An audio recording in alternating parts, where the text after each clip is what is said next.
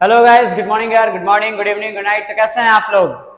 बढ़िया एकदम। ओके, तो आज हमारे 75 आरटी चैलेंज का 52वां दिन है, मतलब 50 सेकंड है ना, 50 प्लस 2 52, 52 कहते हैं ना, 52वां दिन है। ठीक है, और आज के दिन हम अपने स्टैटिस्टिक्स चैप्टर को खत्म करने जा रहे हैं। आज हम उन क्वेश्चंस के ऊपर चर्चा करेंगे, डिस्कशन करेंगे जो आपके बोर्ड के पॉइंट ऑफ व्यू से बहुत ज्यादा इंपॉर्टेंट है।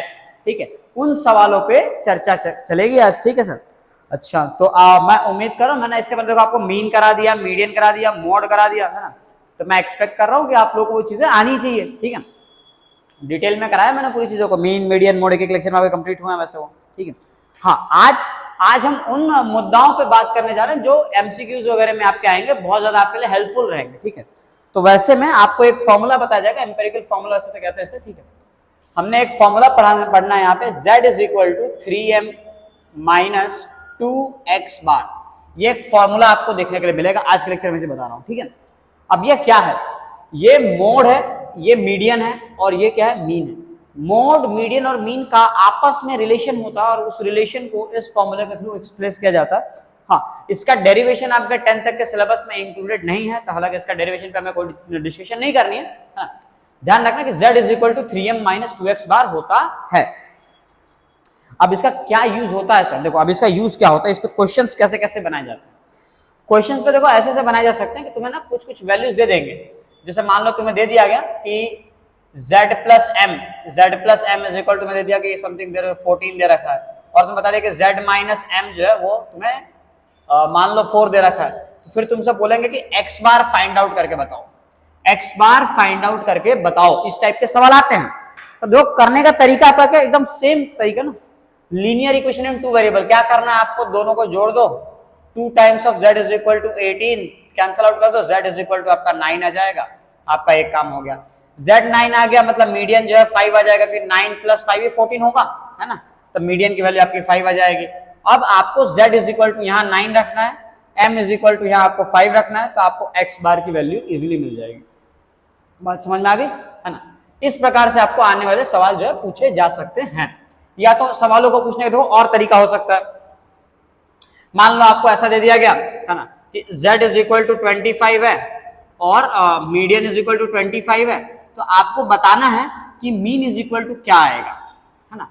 ऐसे ऐसे सवाल पूछे जाएंगे, आपको मोड दे देंगे, मीडियन दे देंगे। ये सेक्शन ए के सवाल है, मैं बता रहा हूं ध्यान से, ये सेक्शन ए के 1 मार्क्स में पूछे जाने वाले सवाल है सारे। तो ये आपको एकदम बढ़िया तरीके से कर लेने हैं। ठीक, अब देखो इसका सॉल्यूशन अगर आप निकालोगे तो आपको क्या मिलेगा? z is equal to 3m, तो 3 times of m minus 2x bar, ये होता है फॉर्मूला। z की जगह पे मैंने रख दिया 25, 3 की जगह पे 3, m की जगह पे मैं रखूंगा 25 माइनस 2x बार। अब देखो 3 इंटू 25 जो 75 हो जाएगा, है ना। ये 25 को सेम छोड़ दो, is equal to 75 minus 2x bar. यहां तक क्लियर? अब ये 75 को आप इस साइड फेंको, 25 minus 75 minus 50 is equal to minus 2x bar आएगा। माइनस से माइनस कट जाएगा, 2 1 जा 2, 25 जा, मतलब x बार की वैल्यू भी आपकी कितनी आ गई? 25 आ गई। तो एक इंपॉर्टेंट रिजल्ट भी देखो, आपका z मॉड 25 है, मीडियन 25 है, तो देखो मीन भी 25 ही आया। मतलब समझ रहे हो? इसका मतलब ये होगा कि जब भी आपको मोड और मीडियन या फिर मीन, है ना, कोई भी दो अगर आपको सेम दे रखे हैं, तो 110% इस बात की श्योरिटी है कि जो तीसरा आइटम होगा ऑटोमेटिकली सेम हो जाएगा। जैसे यहाँ पे देखा 25 25, तो ये ऑटोमेटिकली 25 आ गया। मान लो कल जाके क्वेश्चन में अगर आपको बोला जाए कि ये 35 है, ये 35 है, तो बताओ ये कितना होगा? 35 आएगा। आंख बंद करके टिक मार सकते हो। समझ आई क्या बात? कैसे? विथ प्रूफ बता रहा हूं मैं। देखो, अगर मैं विथ प्रूफ की बात करूं तो z is equal to 3m minus 2x bar. मान लो इसमें से ना मीडियन और मीन दोनों के दोनों p है। कितना है? p। दोनों की वैल्यू सेम आ रही है, मैंने p मान लिया। तो देखो z इज इक्वल टू क्या हो जाएगा? 3 times of p minus 2 times of p। अब बताओ 3p माइनस 2p कितना आ जाएगा? 1p। देखो z की वैल्यू भी p आ गई, दिख रहा है? प्रूफ। z की वैल्यू भी कितनी आ गई? p आ गई। मतलब अगर इन दोनों में से कोई दो चीजें सेम हो तो तीसरा ऑटोमेटिकली सेम हो जाएगा। मेरी बात समझ में आ गई, है ना? इस टाइप के आपको जो है सवाल दिए जा सकते हैं। आपको ये बात आपको पता होनी चाहिए। मान लो अगर गलती से भी दे दिया ना कि मीन और मीडियन सेम है, तो बताओ मोड क्या होगा? आंख बंद करके टिक मारना है तुम्हें, जो मीन और मीडियन की वैल्यू होगी वही तुम्हारे मोड की वैल्यू हो जाएगी। क्लियर है? ये बातें तुम्हें पता होनी चाहिए। क्लियर? ओके, चलो अब हम करते हैं नेक्स्ट सवाल। इसी फॉर्मूले पे आने वाले कुछ और चुनिंदा सवाल हम करेंगे। अब जैसे एक बड़ा ही फेमस सवाल आता है सर कि z minus M is equal to dash times of m minus X bar. अब ये सवाल आता है, अब ये सवाल कैसे करेंगे, है ना, इस टाइप के सवालों करने तरीका। अब देखो ये सवाल भी इसी फॉर्मूले से होगा। कैसे होगा देखो, इसका मैं प्रूफ से बताता हूं। आपने पढ़ा है कि z इज इक्वल टू क्या होता है 3m माइनस 2x बार, ये आपने पढ़ा है। अब एक काम करो, आपके पास दो तरीके, या तो इसको 2 बना दो या तो तुम इसको 3 बना दो, है ना। तो हमें क्या करना है, हम पहले इसको 3 बना रहे हैं, इसको 2 कर देते हैं। 2 कैसे करेंगे, तो एक काम करो, z इज इक्वल टू क्या करो, आप m प्लस 2m कर दो, तो m प्लस 2m भी 3m होगा। कोई गुना पाप नहीं करा हमने, है ना। ऐसा गीता में लिखा हुआ तुम कर सकते हो, तुम 3 को 1 प्लस 2 लिख सकते हो ना, अरे बिल्कुल लिख सकते हैं यार, है ना। चलो, और माइनस 2x बार को सेम टू सेम छोड़ दिया। अब ऐसा करने से क्या होगा सर, करोड़ों का फायदा होगा, करोड़ों का, कितने का, 4 करोड़ का फायदा हो जाएगा तुम्हारे। तो देखो ये m को टांग के तुम यहां लेकर जाओ, क्या हो गया z minus m is equal to क्या हुआ यहाँ पे 2m माइनस 2x बार, बन गई बात। देखो पूरी कहानी समझ में आ गई कैसे। अब क्या करना है, देखो दोनों में दो दो है, कॉमन ले लो ना यार, 2 निकाल लो बाहर, क्या मिलेगा z minus M is equal to 2 निकल गया बाहर, बचेगा m माइनस एक्स बार। हो गया आपका काम। देखो अगर मैं आपको रिलेट करके बताऊं तो यहाँ पे देखो z माइनस एम है और यहाँ पे m माइनस एक्स है, तो ये फिल इन द ब्लैंक्स, यहाँ पे क्या आ रहा है, यहाँ पे 2, मतलब यहाँ पे आंसर में आपको क्या लिखना होगा, यहाँ पे आपका आंसर आ जाएगा 2। तो ये आपका आंसर है इस क्वेश्चन का। अब इसी सवाल को इस साल 2024 के पैटर्न में देखा गया, नवनीत वगैरह जो यहाँ पे बुक्स आते हैं ना, पेपर वगैरह, तो उसमें कुछ थोड़ा चेंज करके पूछा गया। क्या कैसे पूछा गया, देखो इसी चीज को हल्का सा बदलाव करके पूछा गया है। उन्होंने क्या किया, हमें अब पता है कि z minus M is equal to 2 times of m minus X bar होता है, वो m माइनस एक्स बार को नीचे लेके आ जा रहे हैं, यानी z माइनस एम अपॉन में m माइनस एक्स बार कर दे रहे हैं और बोल रहे कि बताओ इसका रेशियो क्या आएगा। अगेन आपका आंसर किया कुछ नहीं है, उन्होंने बस इसको नीचे लेके आ गए हैं। बहुत आसान सी बात है, तुम्हें अगर ये आता है ना तोड़ने, तो तुम तोड़ के चीजें डिराइव कर सकते हो। बात समझ में आ गई। अब देखो इसी से एक और नया आप क्वेश्चन कैसे बना सकते हो, इसी फॉर्मूले से। मान लो अगर तुमसे पूछा कि z minus X bar is equal to dash times of m minus X bar, अब इसका आंसर बताओ क्या आएगा। अब अगेन पिछली बार z माइनस m था, यहां z माइनस एक्स बार आ गया। अब इसमें क्या परिवर्तन किया जा सकता है, बता रहा हूं। देखो हमने पढ़ा है सर कि z इज इक्वल टू होता है 3m माइनस 2x बार, यहां 3 है यहां 2 है। पिछली बार मैंने क्या किया था, इस 3 को 2 बना दिया था, कैसे, m प्लस 2m करके। इस बार ऐसा नहीं करेंगे, इस बार हम इस 2 को 3 बना देंगे। तो इस 2 को 3 बनाने के लिए मुझे क्या करना होगा, दोनों साइड x बार सब्ट्रैक्ट कर दो। इधर भी मैंने क्या किया, z में से भी मैंने x बार माइनस किया और इस साइड में से भी मैंने क्या किया, ये 2x बार तो था ही, इसमें से x बार एक और माइनस कर दिया। दोनों साइड किया ना, कोई गुना पाप ना करा मैंने। बात समझ आ रही क्या। जब मान लो तुमने यहाँ पे 5 है इज इक्वल टू में 5 है, अगर मैंने इधर भी 2 माइनस कर दिया, इधर भी 2 माइनस कर दिया, तो ये देखो 3 इज इक्वल टू 3, अभी दोनों इक्वल है कि नहीं है, मतलब कोई इक्वालिटी मेंटेन है। आप कोई भी हरकत दोनों साइड कर सकते हो, कोई दिक्कत नहीं है। मल्टीप्लाई करो दोनों साइड करो, डिवाइड करो दोनों साइड करो, प्लस कर रहे हो दोनों साइड करो ना, माइनस करो दोनों साइड करो, कोई दिक्कत नहीं है, ऐसा आप कर सकते हो गणित के अंदर। तो हमने क्या किया, माइनस एक्स बार दोनों साइड कर दिया। अब देखो क्या होता, ऐसा करने से ये आपका हो जाएगा z माइनस एक्स बार, ये हो जाएगा आपका 3m। अब -2 और -1 मिलकर -3 हो जाएंगे, यानी आ जाएगा -3x बार। अब देखो दोनों में से तुम 3 को कॉमन निकाल पाओगे, यानी z minus X bar is equal to 3 times of m minus X bar. अब अगर आप इसको मैच करो अपने क्वेश्चन से, तो आपको रियलाइज होगा कि z माइनस एक्स और m माइनस एक्स तो सेम है, यहाँ पे क्या आ जाएगा, आपको 3 मिल जाएगा। इसका आंसर 3 है। ये सवाल दिखते बड़े सिमिलर है, लेकिन अगर z माइनस m है तो 2 आएगा और z माइनस एक्स बार है तो 3 आएगा। ये बात ध्यान रखना होगा। हाँ, अब इसको भी जैसे ये कैसे किया गया था, इसको नीचे लेके आकर डिवाइड कर दिया, रेशियो बना दिया, वैसे इसको भी नीचे लेके आ सकते हैं। ये सवाल कुछ ऐसा बन जाएगा कि z minus X bar upon में m माइनस एक्स बार की वैल्यू कितनी आएगी, तो आपको 3 लिखना है। ये आंसर भी आपको ध्यान रखना है। बड़े ही आसान सवाल होते हैं, ऐसे ही आपको पूछेंगे। ये आपके सेक्शन ए में पूछे जाने वाले सवाल हैं, ये कभी भी सेक्शन बी में तुम्हें देखने के लिए नहीं मिलेंगे, ठीक है। सेक्शन ए में जो है तुम्हें इस टाइप के सवाल देखने के लिए मिल सकते हैं। सर सेक्शन ए में और कैसे कैसे सवाल आ सकते हैं, देखो अब और बता देता हूं। एक बड़ा ही पॉपुलर सवाल आता है ना, ध्यान रखना, mean of first and natural number. अब ये क्या है sir, mean of first n natural number, इसके हिसाब से पहले n नेचुरल नंबर का मीन क्या होगा। वैसे तो इसे एज अ रिजल्ट मैं तुम्हें डायरेक्टली याद दिलाऊंगा, तुम्हें as a result it is direct याद होनी चाहिए कि mean of first n natural number जो होता है वो क्या होता है, वो आएगा n+1 डिवाइड बाई 2। याद क्या रखना है आपको, mean of first n natural में क्या होता है, n+1 डिवाइड बाई 2, ये आंसर होता है। अब सॉल्व करके देखिए कैसे आता है, ये डिराइव भी तो करना है अपने को। देखो डिराइव करते हैं, तो हमें पता है कि भैया n नेचुरल नंबर यानी क्या हो गया, 1+2 ऑब्जर्वेशन लिखो ना पहले, प्लस बाद में करो। चलो पहले देखो 1 2 3 4 5 और ऐसे कहां तक है, ये n तक है। मुझे इसका मीन निकालना है। मीन निकालने के लिए मैंने फॉर्मूला पढ़ा था सर कि हमें सबको जोड़ना पड़ेगा, तो हम सबको जोड़ेंगे n तक, और जोड़ने के बाद क्या करना होता है सर, जितने नंबर ऑफ टर्म हो, मान लो 5 नंबर है तो 5 से डिवाइड, 6 नंबर 6 से डिवाइड, इसमें कितने नंबर हैं n, तो n से डिवाइड करना होगा। अब ये हमने एपी में पढ़ा था, याद होना चाहिए। एपी में क्या पढ़ा था, पहले n नेचुरल नंबर्स को जोड़ने के लिए फॉर्मूला होता है n × n+1 डिवाइड बाई 2, ये इसके लिए ऊपर वाले के लिए, और नीचे एक n है तो नीचे यहां पे आ जाएगा n। अब जैसे ये तुम इसको सॉल्व करोगे तो देखो ये वाले n से ये वाला n कट जाएगा, क्या बचा, n+1 डिवाइड बाई 2, जो कि आपका आंसर है।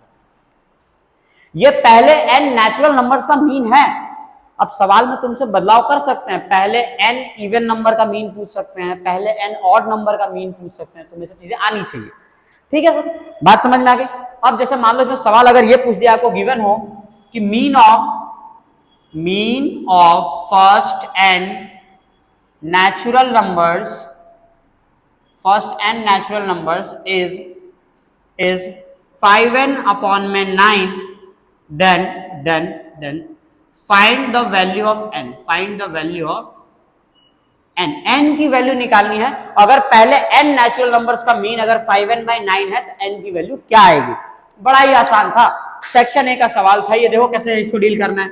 हमें पता है कि n नेचुरल नंबर्स का मीन जो है वो n+1/2 आता है, और इसने ऑलरेडी बता रखा है कि उसका मीन जो है 5n/9 आ रहा है। मतलब ये दोनों नेचुरल नंबर के ही मीन है, मतलब दोनों सेम होने चाहिए। मैं बता रहा हूं कि ऐसा होगा और ये बता रहा है कि ऐसा होगा, दोनों सेम होंगे। अब कर दो इक्वल, देखो क्रॉस मल्टीप्लाई करो, ये इधर आएगा और ये इसको इधर भेजो। 9 × n कितना आ जाएगा, 9n, 9 1 जा 9, इसको करो 2 5 जा, ये कितना आ गया 10n। अब ये 9n को इस साइड लेके आ जाओ, देखो 10 में से 9 घटेगा ना, ये प्लस हो जाएगा, माइनस 9 हो जाएगा, 10 - 9 कितना आ जाएगा 1n, और यहाँ पे इक्वल टू में 9, n की वैल्यू 9 आ जाएगी, तब आपका आंसर सही आ गया। बात समझ में आई, ये सवाल कैसा किया गया। ठीक है, n की वैल्यू आपकी 9 आ जाएगी। अब इसके अलावा भी कुछ ऐसा होता है सर जो पूछा जा सकता है एग्जाम में। जी बिल्कुल, इसके अलावा भी बहुत कुछ होता है। देखिए अब इसके अलावा पूछे जाने वाले सवाल, उसके लिए हम थोड़े बहुत और 9th के सवाल आते हैं सर। 9th के सवाल, 9th में याद है मीन मीडियन मोड पढ़ा था आपने, तो कुछ सवाल ऐसे होंगे जो आप क्लास 9th के होंगे, लेकिन आपको यहाँ से पूछे जाएंगे। ठीक, अब मैं आपको बता देता हूँ कौन कौन से सवाल होंगे, करवा भी देता हूँ मैं आपको, ताकि आपको जो है थोड़ी तसल्ली मिले, राहत मिले। हाँ देखो, इस टाइप के सवाल पूछे जाने की जो संभावना है वो बहुत ज्यादा होती है। मीडियन का सवाल पूछते हैं। देखो सवाल मैं पूरा लिख देता हूं आपको। सवाल में आपको ये दिया रहेगा, यहां पे ऐसे अपन लाइन बनाएंगे। सवाल क्या है, if the median of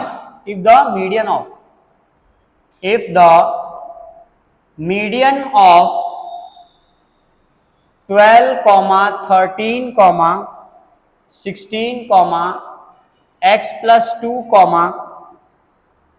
x+4, 28, 30, 32 है ना।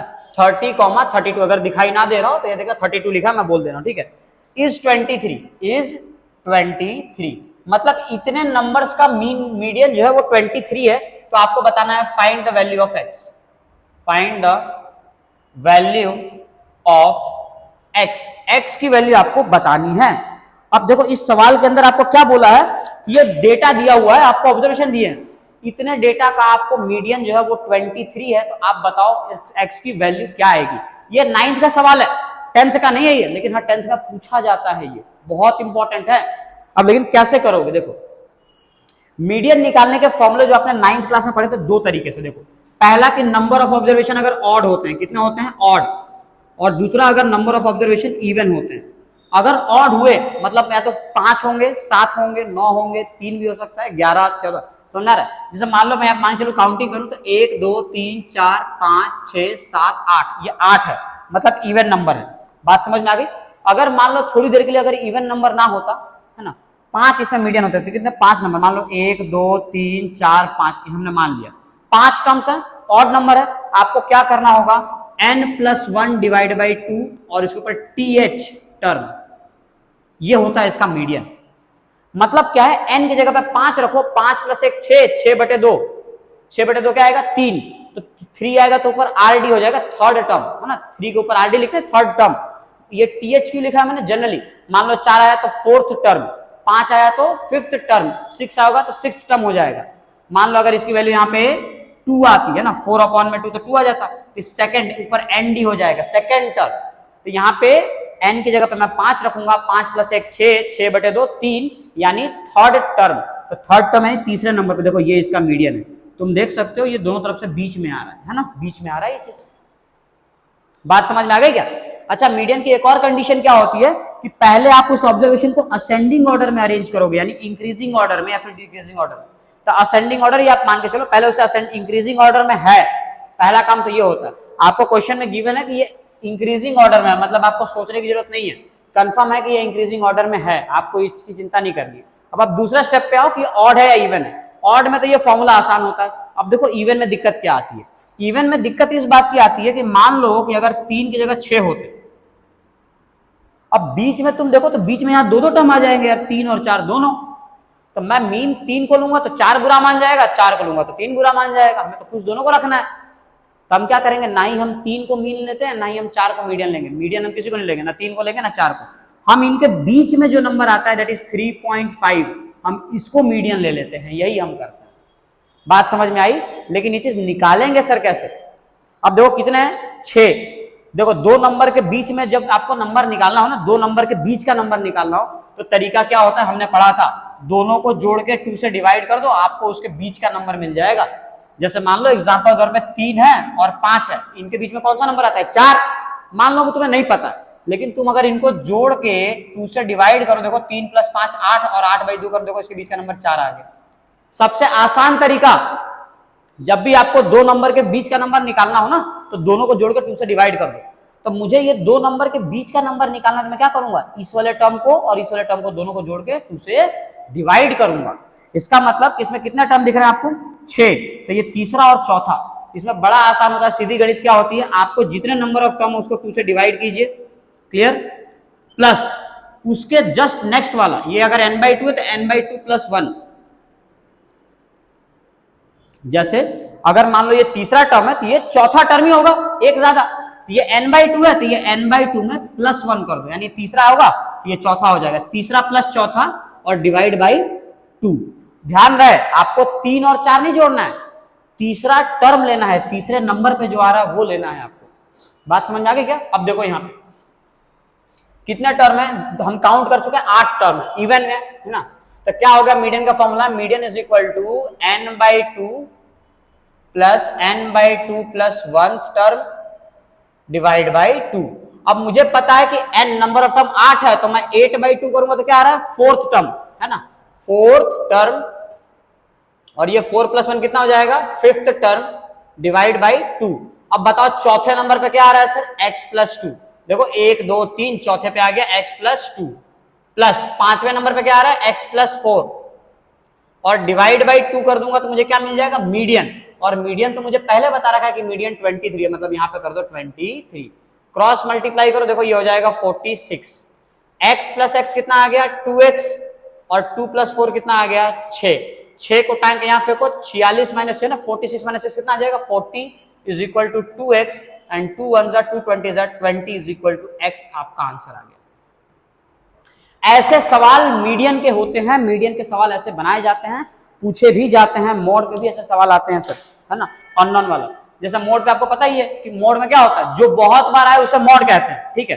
जैसे मान लो मैंने बता दिया कि ये 3 3 है ना, 4 4 5 5, और मैंने बता दिया कि यहाँ पे x आ रहा है, और मैंने बताया कि इस डेटा का जो मॉड है वो 5 है। इस डेटा का मॉड कितना है, 5। तो बताओ x की वैल्यू क्या आएगी। जरा सोचो मॉड क्या होता है लॉजिकली, जो सबसे ज्यादा बार है, यहाँ 3 भी 2 बार है, 4 भी 2 बार है, भैया 5 को मॉड होने के लिए 2 बार से ज्यादा आना पड़ेगा, 3 बार आना पड़ेगा तभी तो मॉड होगा वो। इसका मतलब कि ये x जो है वो 5 होगा, तभी तो इसका मॉड 5 आया। अगर मैं बोलता कि इसका मॉड 4 है, मतलब x की वैल्यू 4 हो जाती, क्योंकि 4 3 बार आ जाएगा। बात समझ में आई? ऐसे मॉड के सवाल बनते हैं। क्लियर हो गई चीजें? बस ऐसे कुछ छोटे मोटे सवाल आपको आने चाहिए, ठीक है। मैं आपको एक क्वेश्चन देके जा रहा हूं, आपको इस क्वेश्चन का जो है आंसर कमेंट करके बताना है अगर आपने क्वेश्चन सॉल्व किया है तो। क्या है हमारा सवाल? हमारा सवाल ये आपको बताना है mean, the mean of x+3, x-2, x+5, x+7 and x+72। x+72 ये ऑब्जर्वेशन है, कितने हैं? 1 2 3 4 5। इस 5 ऑब्जर्वेशन का मीन क्या होगा? मैं आपको ऑप्शन बता देता हूं, ऑप्शन छोड़ो मैं ऑप्शन क्या ही बताऊंगा। आप इसका मीन निकालना, ध्यान रहे क्या निकालना है? मीन। मीन कैसे निकालते हैं? सबको जोड़ना।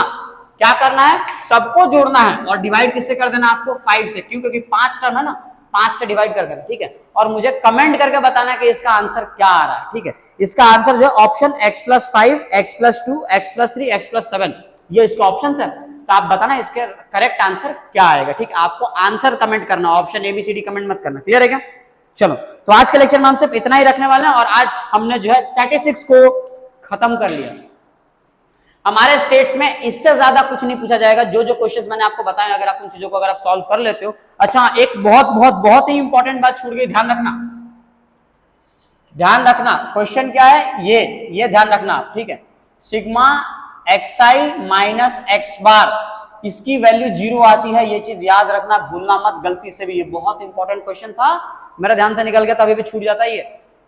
और इसको लिखने का, सिंबॉलिक फॉर्म में लिखने का तरीका ये होता है, सिग्मा xi माइनस x बार की वैल्यू 0 आएगी। और मान लो अगर इसे वर्ड प्रॉब्लम में पूछा जाए ना, इसे शब्दों में पूछा जाए, जैसे लिखेंगे sum of mean deviation, sum of all mean deviations is 0। आपको ध्यान रखना, ये मीन डेविएशन, वैसे तो sum of all mean deviations is equal to 0 आएगा। ये बात आपको वर्ड्स में भी ध्यान रखना, ठीक है। अगर वर्ड्स में है तो आप कह सकते हैं sum of all mean deviations is equal to 0, या फिर अगर वो ऐसे लिखा हो तो आपको इज इक्वल टू में 0 टिक करके आना है। क्लियर? चलो, तो आज हमारा स्टेट्स पूरी तरह से यहाँ पे खत्म होता है, पूरी तरह से, है ना। एकदम अच्छे मार्क्स स्कोर करना है स्टेट्स में, तो आपको इसके लेक्चर सारे स्टार्टिंग से लेकर एंड तक देखने चाहिए। और मैं डेफिनेटली बोलूंगा ये लेक्चर्स आपको कंप्लीट कर लेना चाहिए। चलो, तो आज के लेक्चर को हम यहीं पे खत्म करते हैं। नोट्स वगैरह बनाना, कंप्लीट करना, मिलते हैं अपन नेक्स्ट में ना। बाय।